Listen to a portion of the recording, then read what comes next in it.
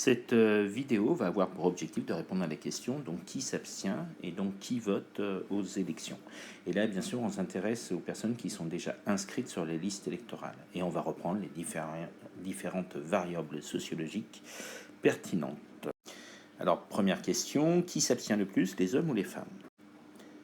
Alors, si on prend cette variable donc, du sexe, on s'aperçoit, comme pour l'inscription sur les listes électorales, que finalement, le sexe n'est pas une variable qui a un réel impact sur le fait de voter ou de s'abstenir à une élection.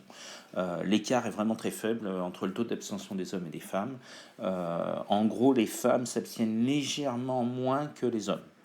Si on prend l'élection présidentielle de 2012, au deuxième tour, l'écart est seulement de 2 points. Donc il est quand même peu significatif. Donc on peut considérer que le sexe n'est pas une variable, je dirais, importante pour discriminer ceux qui s'abstiennent et ceux qui votent. Deuxième question, qui s'abstient le plus, les jeunes ou les plus âgés? Alors là, comme pour l'inscription sur les listes électorales, on retrouve un phénomène de même nature, c'est qu'en gros, plus on est jeune, plus on s'abstient. Les jeunes s'abstiennent davantage que les plus âgés. Et l'âge, donc là, on peut considérer qu'il a un impact sur la participation électorale. Pour prendre une illustration, mais on retrouverait ça dans d'autres élections, toujours l'élection présidentielle de 2012, au deuxième tour, il y a un écart de 15 points. Les 18-24 ans sont 28% donc à s'abstenir, contre 13% pour les 60 ans et plus. Donc là, on voit que l'âge a un impact. Alors après, ce qui est intéressant en sociologie, c'est que quand on a un écart par rapport à des comportements liés à l'âge, il y a deux explications possibles. C'est-à-dire que soit c'est un effet d'âge, c'est-à-dire que les gens ici, quand ils vont être plus âgés, ils vont davantage voter. Donc c'est ce qu'on appelle un effet d'âge, c'est-à-dire que c'est lié à une période de son existence. Ou au contraire, quand ils vont vieillir, ils vont continuer à s'abstenir fortement, et dans ce cas-là, on parlerait d'effet de génération. C'est-à-dire que c'est l'effet de la socialisation de cette génération qui fait qu'elle s'abstient beaucoup et non pas son âge en soi. Dans la réalité, c'est difficile à trancher entre les deux. On le saura que plus tard. Ce qu'on peut dire, c'est qu'il y a sans doute un mélange des deux. C'est-à-dire que les moins de 30 ans s'abstiennent davantage, notamment parce qu'ils ont moins de recul, moins d'expérience, moins d'intérêt pour la politique, pour certains d'entre eux. Mais il y a aussi des effets de génération qui paraissent assez évidents. Les générations plus âgées votent davantage parce qu'elles ont été socialisées avec un clivage droite-gauche qui était très fort, alors qu'aujourd'hui il est beaucoup plus faible. Mais aussi parce que, par exemple, la mise en place du droit de vote pour les femmes est assez récent, finalement, il date de 1945. Donc on a énormément valorisé le vote comme un instrument d'action des citoyens sur le pouvoir politique et comme un instrument démocratique. Donc dans les populations plus âgées, l'effet de génération est aussi fort sur le fait que le vote est un rituel sacré. Et donc on a sans doute un mélange d'effets de génération et d'effets d'âge. Troisième question, qui s'abstient le plus, les diplômés ou les non-diplômés? Là encore, on retrouve des choses assez proches de ce qu'on voyait sur la liste, l'inscription sur les listes électorales. Moins on est diplômé, plus on s'abstient, et inversement. Donc là, l'impact du diplôme est assez fort.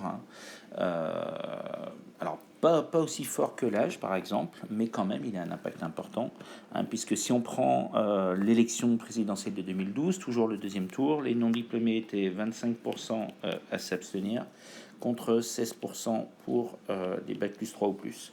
Donc l'écart est quand même pas négligeable. Donc là aussi, on voit que les non-diplômés sont moins inscrits, et quand ils sont inscrits, ils s'abstiennent davantage. Donc on a donc un cumul ici des deux phénomènes. Alors, plus intéressant encore, quand on regarde l'abstention systématique, ça veut dire quoi? Ça veut dire que la personne s'abstient à toutes les élections. Là, l'effet du diplôme est vraiment très élevé. L'abstention systématique, finalement, ressemble à une forme de non-inscription sur les listes électorales.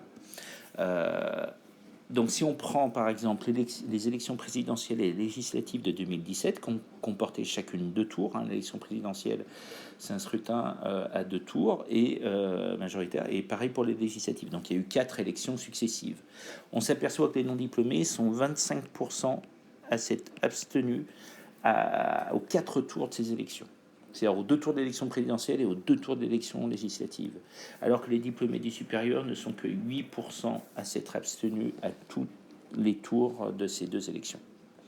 Donc là, on est dans un écart de 1 à 3. Donc c'est énorme. Donc là, on voit que quand même, l'effet du diplôme est très important et très discriminant entre ceux qui s'abstiennent, et notamment ceux qui s'abstiennent systématiquement, et ceux qui votent ou s'abstiennent que de façon intermittente. Qui s'abstient le plus, les plus riches ou les plus pauvres, hein? On dispose de données là-dessus, donc c'est intéressant de regarder. Alors, de façon un peu logique, parce que c'est un peu corrélé sans doute au diplôme, on s'aperçoit là aussi de façon très claire que moins on est riche, plus on s'abstient, et bien sûr inversement. Ce qui veut dire que l'impact du niveau de vie est réel sur le fait de participer ou non à une élection. À l'élection présidentielle de 2012, l'écart est quand même de 12 points. Hein, si on prend donc les personnes dont le revenu du foyer est inférieur à 1 200 euros, ils sont 28% à s'abstenir, contre 16% les personnes dont les revenus du foyer sont supérieurs à 3 000 euros. On constate également, quand on prend par PCS, on s'aperçoit que l'écart entre les cadres et les ouvriers à cette même élection présidentielle de 2012 est de 13 points. Donc on voit très clairement que y a la place dans la hiérarchie économique et sociale impacte le fait de s'abstenir ou de voter. Hein, et en gros, donc, plus on a une position sociale élevée, plus on vote, et plus on a une position sociale basse, moins on vote. Finalement, donc, si on résume, qui ne participe pas au vote, que ce soit par défaut d'inscription ou par l'abstention? Alors, c'est très clair, hein, on s'aperçoit que les variables centrales vont être le fait d'être diplômés ou pas. Donc ce sont les non-diplômés qui vont s'abstenir le plus. Ce sont plutôt les ménages pauvres ou modestes qui s'abstiennent le plus, et dans une moindre mesure, les jeunes. Donc ça, c'est vrai aussi bien pour l'inscription que pour le vote. Donc très clairement, on voit que la population qui ne participe pas au vote parce qu'elle ne s'inscrit pas ou parce qu'elle s'abstient assez systématiquement, est clairement la frange de la population, je dirais, qui a la position sociale la plus faible. Hein. Parce qu'au passage, il y a un lien assez fort entre le fait de ne pas avoir de diplôme et d'avoir des revenus faibles la plupart du temps. Voilà, donc là, c'est intéressant, donc, encore une fois, quand on étudie un phénomène sociologique, de regarder de près les chiffres, hein, parce qu'on peut avoir des impressions, le but c'est de les vérifier. Et là, finalement, quand on prend les différentes variables sociologiques habituelles, on voit clairement une de ces variables ressortir fortement, hein, à savoir le niveau de diplôme et le niveau de richesse. Voilà.